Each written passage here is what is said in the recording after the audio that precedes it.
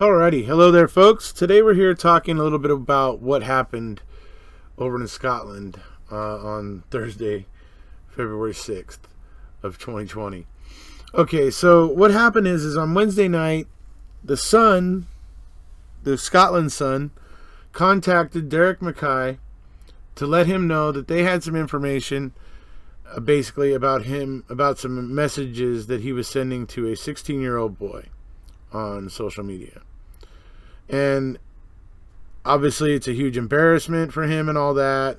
It's improper for him with his place in the government and his role and everything to be engaging in this kind of behavior at 42 years old. It's just unsavory and it's unacceptable, as Nicholas Sturgeon puts it. But technically not against the law, which is another thing to just make a note of here. It's technically not against the law in Scotland because 16 is the legal age. That doesn't make it any better. He was still way out of line. He was still wrong. It was very much correct that he was suspended and that investigations are happening to see and make sure that he wasn't up to any other nefarious activity with possibly younger individuals. So that all needs to happen, and that is happening. The SMP doesn't mess around, and so that's good, right? So what we're going to be talking about today, because obviously now you got Jackson Carlaw, the Conservative leader, basically there in the Scottish Parliament, and then Richard Leonard, who is basically the Labour leader there in the Scottish Parliament, and they both came out very strongly speaking about Derek Mackay and everything. And I'm going to point out a few things about their own parties. Okay, things that far outshine these claims that are being brought, that are being voiced here about Derek Mackay. So what we're going to do is go through this article here first, and then I'm going to show you some instances of what I'm talking about. Okay. So Scotland's finance secretary has quit hours before delivering his budget amid reports that he messaged a 16-year-old boy on social media. The Scottish Sun said that Derek Mackay contacted the schoolboy over a 6-month period and told him that he was cute. Mr. Mackay said he had behaved foolishly and took full responsibility for his actions. He also apologized unreservedly to the boy and his family.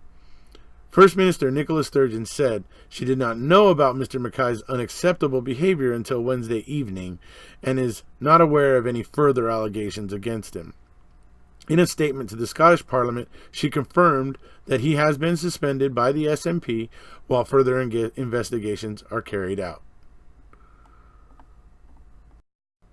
Police Scotland said it had not received any complaint of criminality, but was assessing available information from media information. The force also asked for anyone with any information to contact them. So that means if there's anything else that Mr. Mackay was getting up to, it's most likely going to get found out now. But, so we're going to see. We'll know very soon. Interim Scottish Conservative leader Jackson Carlaw called on Mr. Mackay to also stand down from the Scottish Parliament, saying his behavior could constitute the grooming of a young individual. Now, I want to keep in mind, this is why I mentioned earlier, folks, that 16 is the legal age in Scotland, because for Jackson Carlaw to use that term right there, he is basically saying that this young boy is under 16. That is not proven. There is no indication in any of the Sun's information that any of this took place while the boy was under 16. So if there's no proof of it happening prior to 16, technically grooming is the wrong word. Harassment, yes. Inappropriate harassment, yes. But grooming would be for somebody under 16. I know some people out there are going to say, what? Legal age of 16? Well, it's not exactly unheard of here in the States, folks. I believe in New Jersey that the legal consent age is 16 as well. So, Anyways. And Scottish Labour leader Richard Leonard said Mr. Mackay's actions had been an abuse of power and nothing short of predatory. Now, I don't disagree with Mr. Leonard here that Mr. Mackay's actions were completely inappropriate, wrong. He shouldn't have been doing that. And obviously his position and his, stature or whatever could have been intimidating. Those are all very valid things. And I'm not saying anything on that respect. But, Mr. Leonard, I'm going to be pointing out a few things that are going on in the Labour Party, things that actually are crimes that were kind of covered up. So we'll have to take your words under caution. But there are things that that are obvious, that have been exposed in the Labour Party, things that are actual crimes that get covered up and swept under the rug. So, this is a calamity without caveat for Derek Mackay, for the SNP, for the First Minister, and for the collective Scottish Government. One must also express sympathy for the youth who apparently received unwarranted and unwanted attention together with his family. Not only was Derek Mackay a key member of the Scottish Cabinet with responsibility for finance and the economy, he had also been tipped as a possible successor to Nicola Sturgeon. To be amply clear, there is no such vacancy at present. But all of this comes amid an amalgam of challenges for the Scottish Government and the SNP. Challenges over public policy, most notably in education and the NHS, internal disquiet over how to proceed with IndyRef 2, and a pending High Court trial. The newspaper detailed allegations that the 42-year-old politician contacted the boy out of the blue in August of last year and sent about 270 messages on Instagram and through Facebook. It has published a list of messages, the most recent of which is from earlier this week, involving Mr. Mackay and the boy, in which it says the MSP invited him to dinner and to attend a rugby event. The newspaper also reported that Mr. Mackay contacted the boy several times on Christmas Day and told him on another occasion that he was looking good with that new haircut. In one of the exchanges, Mr. Mackay is said to have told the teenager he was cute. In another, the boy confirmed he was 16 and tells Mr. Mackay not to try anything. The paper also quotes the boy's mother calling for Mr. Mackay to be removed from his post. Chris Musson, the political editor for the Scottish Sun, spoke to the Podlitical podcast about how the newspaper broke the Derek Mackay story and what the boy and his family wanted to achieve by going public. In a statement released on Thursday morning, Mr. Mackay said, "I take full responsibility for my actions. I have behaved foolishly and I am truly sorry. I apologize unreservedly to the individual involved and his family. I spoke last night with the First Minister and tendered my resignation with immediate effect. Serving in government has been a huge privilege, and I am sorry. I'm sorry to have to let colleagues and supporters down." Mr. Mackay, who has been widely tipped as a future First Minister, came out as gay when he left his wife in 2013. His resignation came just hours before he was due to present the Scottish Government's spending plans for the next year, a major set-piece event in the Scottish Parliament. Mr. Mackay would have been putting the finishing touches to his preparations to his $43 billion budget when he was contacted by the Scottish Sun on Wednesday evening, before the newspaper released the story at 23:20.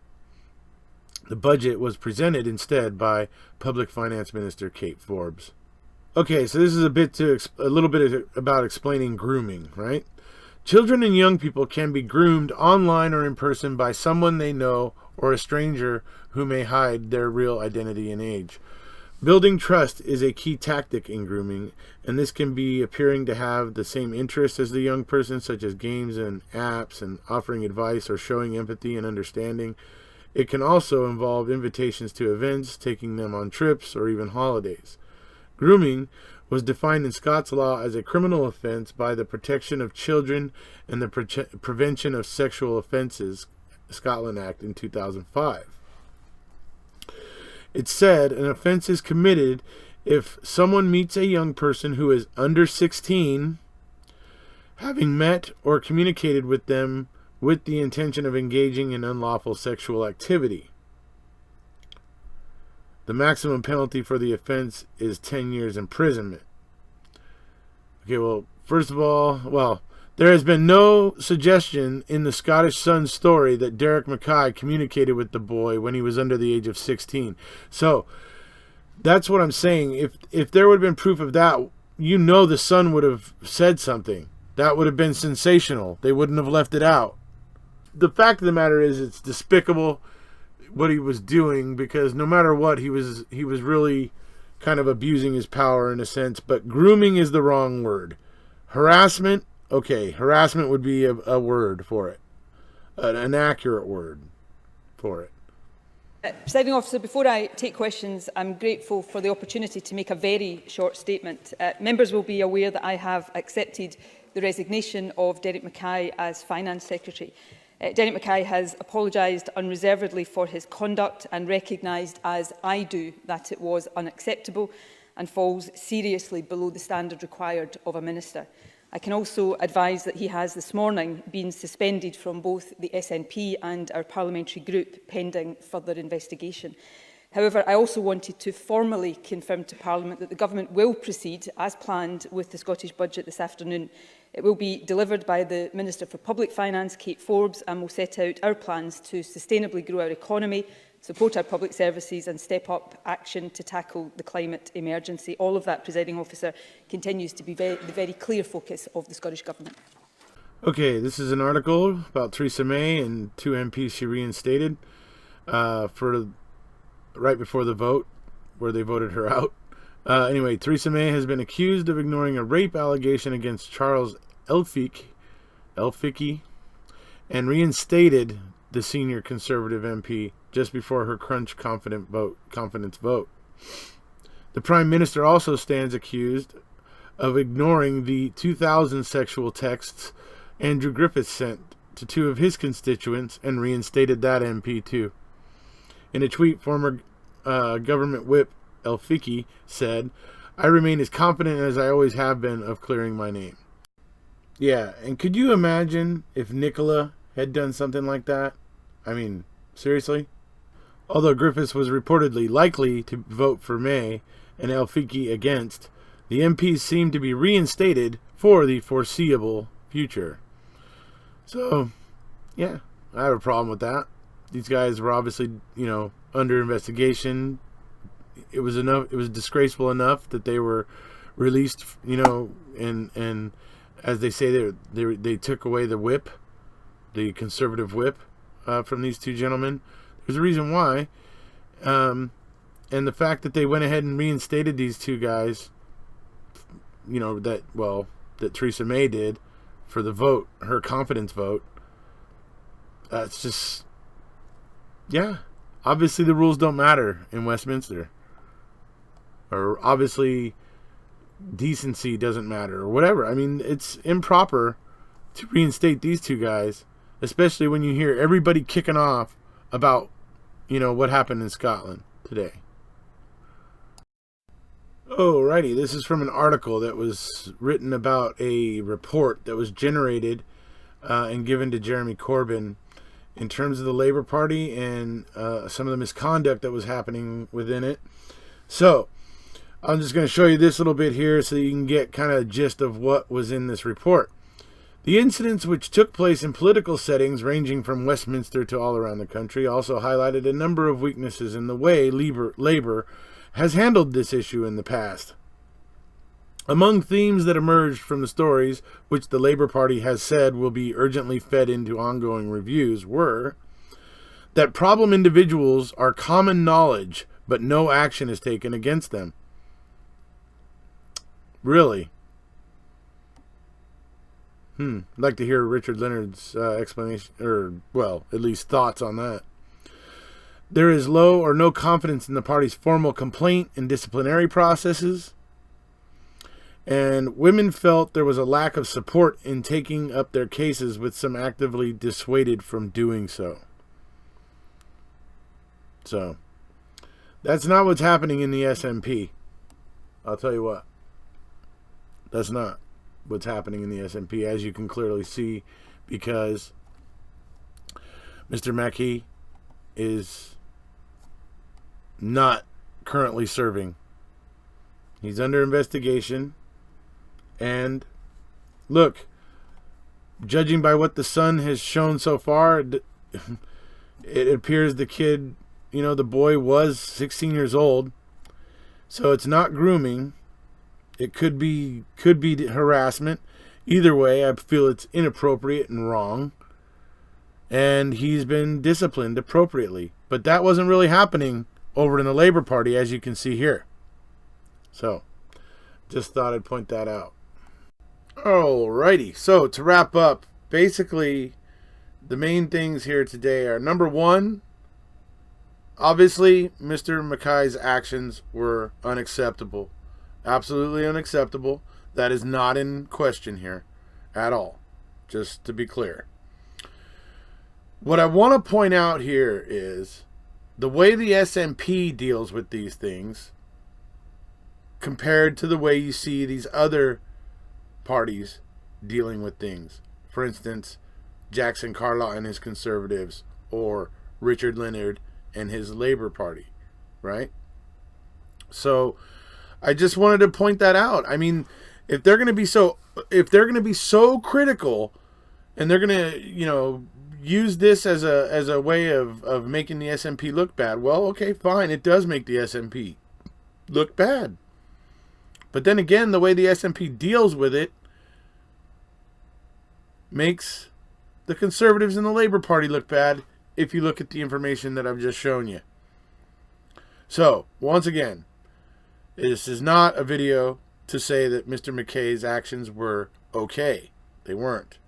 It's interesting to put these things into perspective, basically. So, that's the current state of things. Obviously, the SNP is holding its MPs to a higher standard than they do in Westminster, apparently. So, all right. That's about it for this one, folks. If you haven't already, please hit subscribe, and we'll see you.